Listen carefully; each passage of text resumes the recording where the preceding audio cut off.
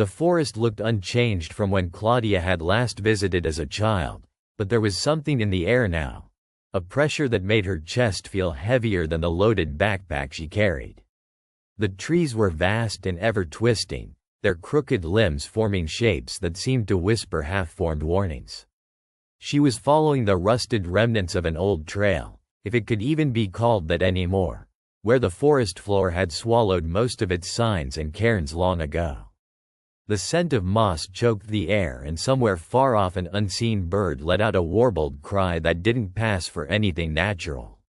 Claudia pulled her scarf tighter around her neck and pressed forward. She was looking for the cabin her grandfather once spoke of, lodged so deeply in the woods that no map bothered marking it. He'd said it was cursed, and then promptly never mentioned it again. The deeper she walked, the quieter it became, as if even the wind had no interest in disturbing what lay here. Trees grew denser and strange, with bark like split skin and leaves turned inward. Claudia began noticing stones, dozens, maybe hundreds of them, at irregular intervals by the path, each piled precariously atop the next in obscure formations. One had a small child's shoe resting neatly beside it. She kept walking, her boots crushing twigs that cracked too loud beneath her.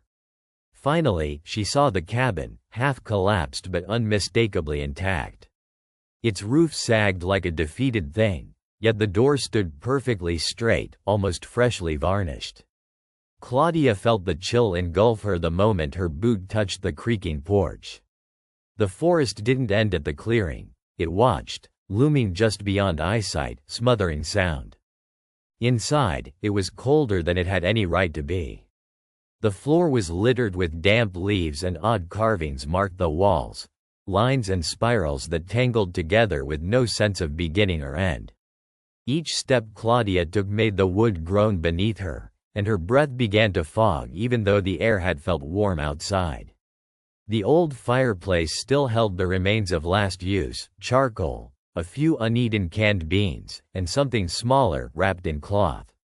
She unwrapped it numb-fingered and found a music box inside.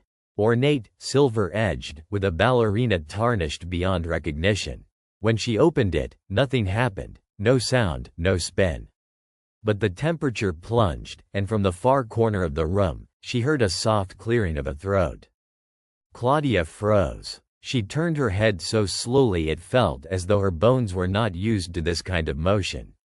The corner was empty, save for a collapsed chair and a scrap of yellowed curtain blowing gently through the single cracked window.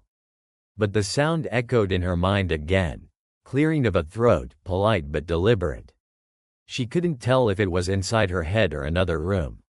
She found a narrow staircase, the kind that clearly knew the weight of things long buried in time. Against every instinct, she went up.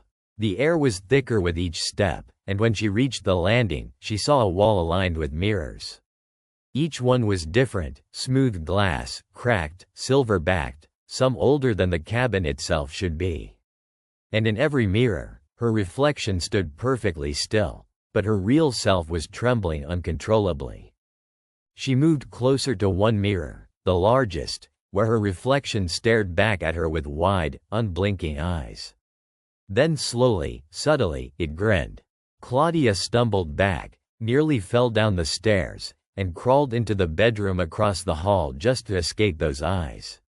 Inside, the bed had no mattress, only rotted slats and a thick layer of dust. But someone had recently drawn symbols across the wall in charcoal, dozens of tiny figures standing hand in hand, circling a mouthless shape. Claudia backed into the far corner, her legs giving out beneath her. Somewhere below, the music box she'd left rattled violently shut. Then silence. A silence so cruel it rang like a scream in her ears. She realized she'd never heard birds here. No insects. No rustle. Not since she entered. A sudden knock came. Not from the front door, but from the tree line. One solitary knock. Then another, louder. Claudia crawled to the broken window and peeked through, but the clearing was empty. No one, not a soul. And yet the knocking continued, slow and steady, coming now from all sides, from the trees themselves. Her breath caught as each mirror in the hallway began to fog over, one by one, from the inside. A child's voice called from the forest, distant but clear, whispering her name in a sing-song taunt she recognized, and hadn't heard since her brother disappeared in these woods 19 years ago.